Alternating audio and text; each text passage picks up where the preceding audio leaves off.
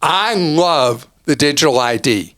In fact, I got a digital driver's license when my state joined the system for iPhones and Androids. So I've had it for a good while. And it's great because there are situations I can use it instead of having to fumble for my driver's license at most TSA places. I'm able to tap with my phone just as if they need to see my boarding pass, I can show that. But all I got to do is tap at the TSA stations that are updated, and they already know who I am. It's so much easier. And you got a backup.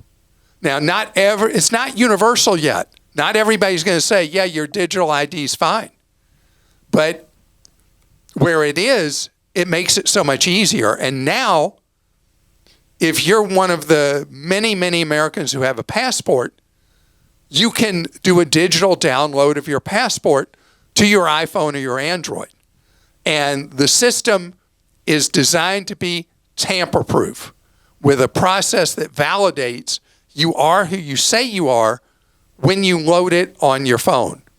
And so more and more, when you come back into the country, you're going to, instead of having to fumble for your passport to pull it out, you're going to be able to use the tap to pay function on your iPhone or your Android and tap your way back into the country with your phone.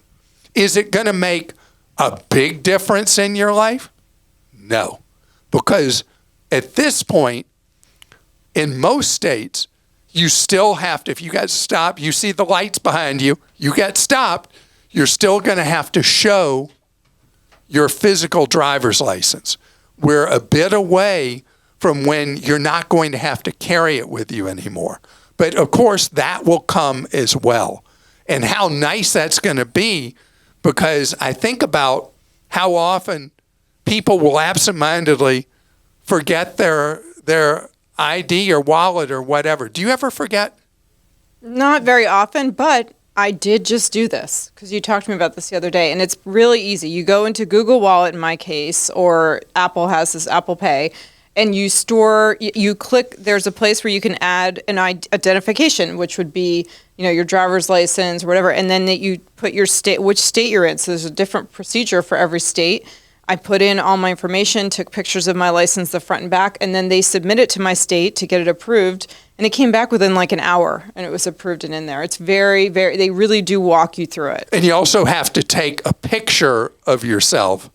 Oh, yeah. That it validates. Where you're looking up and down. It validates that the person adding it is actually the person whose driver's license or passport is. And so if somebody steals your phone and you're not carrying your driver's license, you say, Clark, well, but you're an idiot. You should have your wallet or your Apple Pay. You should close that app after every time you use it. Oh, no, I'm not talking about that. I'm talking about then you don't have it. Yeah. You don't have but I do want to your say that. Physical driver's license close with you. it every time and make sure that you password protect that app with I use my fingerprint. Just because you don't want, if someone does get a hold of your phone in that way too, they could have access to all these things. Yeah, and I talked about last year, not to get ghoulish, but the terrible crime wave that happened in New York and Miami and I forget what other cities where criminals were drugging people with iPhones who they had scoped were wealthy, and then they were using their face to get into their brokerage accounts, bank accounts, and transfer out their money. Those were ugly crimes that ended up, some of the people they drugged, unfortunately, overdosed and died.